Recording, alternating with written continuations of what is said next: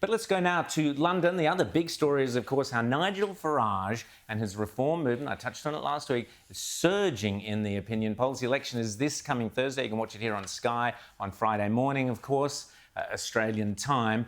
But Farage, who's sat in the studio with us, he's a great bloke and a very talented politician. Some of the polls say Farage could win up to 18 seats. Who knows? Well, I tell you who does know, or certainly who knows more than most of us, is Brendan O'Neill. Brendan, great to see you, as always. You're there in London. What an exciting time. The debate's not. But tell us, Brendan, thank you so much for staying up late and coming on Outsiders. We love having you here. What is happening? What's the latest in Britain with Nigel Farage and the election?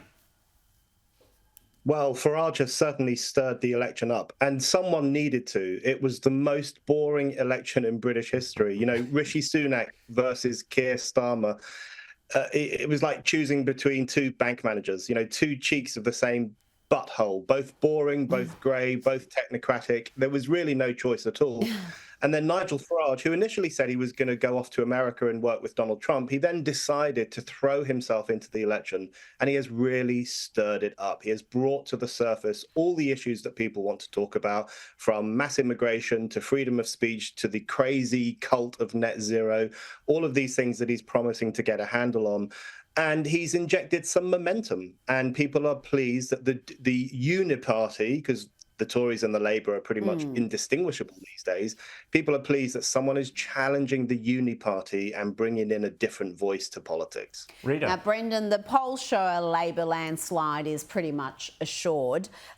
Is Farage's entire strategy a two-election strategy, just to position reform, to bring in the Tories, the disaffected Tories, into his camp and then really have a red-hot go next time?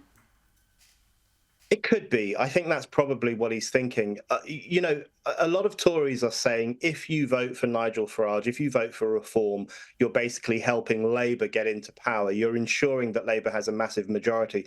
I don't think that argument lands anymore. People are sick and tired of the Tory party and the Labour Party. Lots of people are anyway.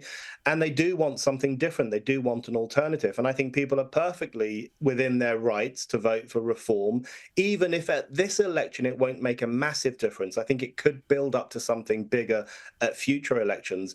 But, you know, people underestimate how disastrous a Labour government is going to be. You know, Keir Starmer and his team, they present themselves as the adults in the room, middle of the road, very centrist, very sensible, but they are psychopaths. They are political lunatics.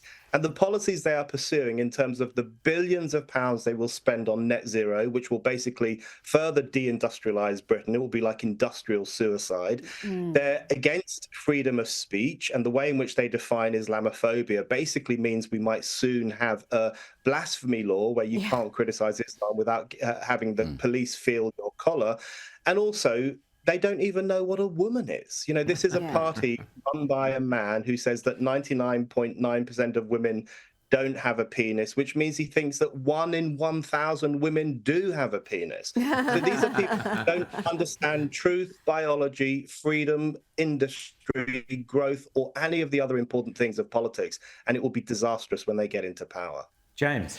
Brendan, just back on Nigel Farage. I mean, he entered the election just a few weeks ago, and the momentum he's generated has been quite amazing in a very short space of time. No matter how many seats he wins, do you think he'll regret not having thrown his hat in the ring earlier? Because if he'd had more time, surely the result could be incredible as compared to what it may well be, perhaps 18 seats. I think you're right. I think he probably does regret not going for it sooner. And he got a lot of flack when he said, look, good luck, Britain, but I'm leaving and I'm going off to America. He got so much flack about that, including from me, because I wanted him to get involved in the British election. Now he is involved. He's making waves, but he could have made bigger waves. There's no question about that if he had done it earlier and in a bit more of an organized way. But the thing that's happening now, the striking thing now, is that he's getting a lot of momentum, but he's also being attacked relentlessly by the mainstream media and the political class. The knives are out because these people loathe populism.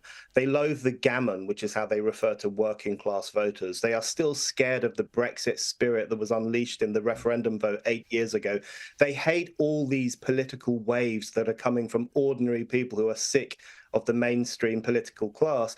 And so they are trying to kill off Farage's movement before it really gathers a lot of steam. So he's got a lot on his plate. He entered the race a little bit too late, and now the establishment is out to get him. So it's an uphill struggle for Farage, but so far he's doing pretty well.